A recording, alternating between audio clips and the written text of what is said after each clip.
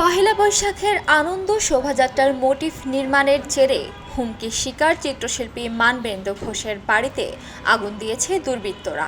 মঙ্গলবার রাত 2:30টার দিকে মানিকগঞ্জ সদর উপজেলার গড়পাড়া ইউনিয়নের চান্দইর ঘোষের বাজার এলাকায় এই ঘটনা ঘটে। পরিবারের সদস্যদের বরাতে জানা যায়, রাত 3টার দিকে বাড়ির দক্ষিণ পাশে থাকা টিন শেড ঘরে আগুন জ্বলতে দেখে তারা ফায়ার সার্ভিসে খবর দেন। ফায়ার সার্ভিস ঘটনাস্থলে এসে প্রায় 2 ঘন্টার চেষ্টায় আগুন নিয়ন্ত্রণে আনে। আগুনে ঘরের সবকিছু পুড়ে যায়। ওয়ালটন আবারও মিলিয়নিয়ার অফারে ওয়ালটন ফ্রিজ কিনে আপনিও হয়ে যেতে পারেন মিলিয়নিয়ার। মানবেন্দ্র ঘোষ জানান, আগুনে তার শিক্ষাজীবন থেকে বর্তমান সময় পর্যন্ত নিজের হাতে আঁকা বহু মূল্যবান চিত্রকর্ম পুড়ে গেছে। 13 তারিখ বৈশাখী শোভাযাত্রা, নববর্ষ আনন্দ শোভাযাত্রা, সেইটার উদযাপনের ঠিক আগের দিন আমার কেন্দ্র করে বেশ কিছু ফেসবুক পেজ এবং প্রোফাইল থেকে পোস্ট দেওয়া হয়। তো সেগুলোতে কিছু হুমকিস্বরূপ ব্যাপার ছিল।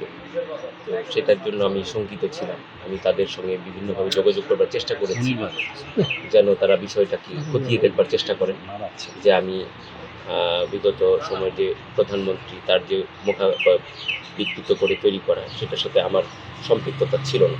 আমি একটা বাঘের ভাস্কর্য তৈরি করেছি, একটা মোটিভ তৈরি করেছি, যেটা নববর্ষ আনন্দ শোভাযাত্রাতে ছিল।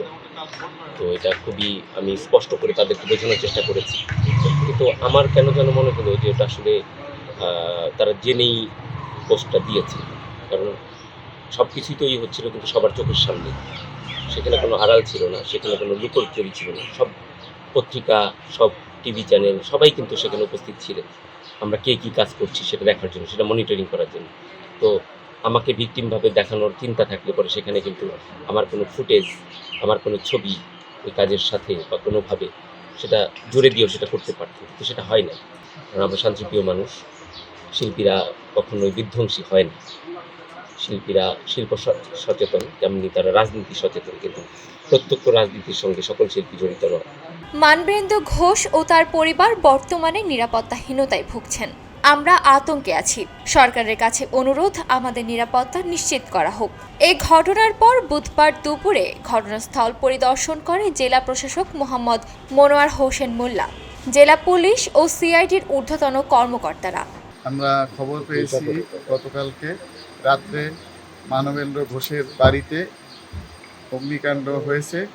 আমরা প্রাথমিকভাবে ধারণা করেছি যে কেউ হয়তো শত্রুতাবশত এই আগুন লাগিয়ে দিয়েছে।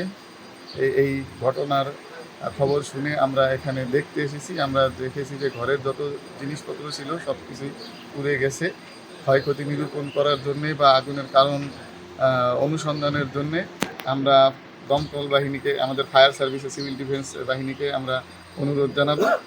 তদন্ত সাপেক্ষে বের হয়ে আসবে কারা এর জন্য দায়ী এবং এই অগ্নিকাণ্ডের জন্য কী প্রক্রিয়া অবলম্বন করা হয়েছিল। এইগুলো বের হয়ে আসলে আমাদের পরবর্তী প্রক্রিয়া গ্রহণ করা সহজ হবে।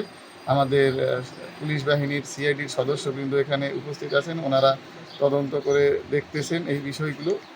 পাশাপাশি আমাদের সরকারের তরফ থেকে তাৎক্ষণিকভাবে আমরা সামান্য কিছু আর্থিক সাহায্য এখানে প্রদান করেছি।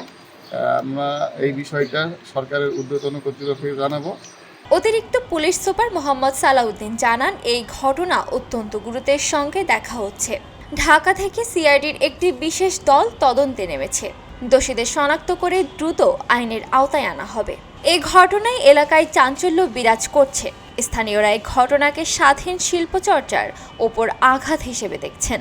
খবরের কাগজ, নিখাত, নির্ভীক, নিরপেক্ষ।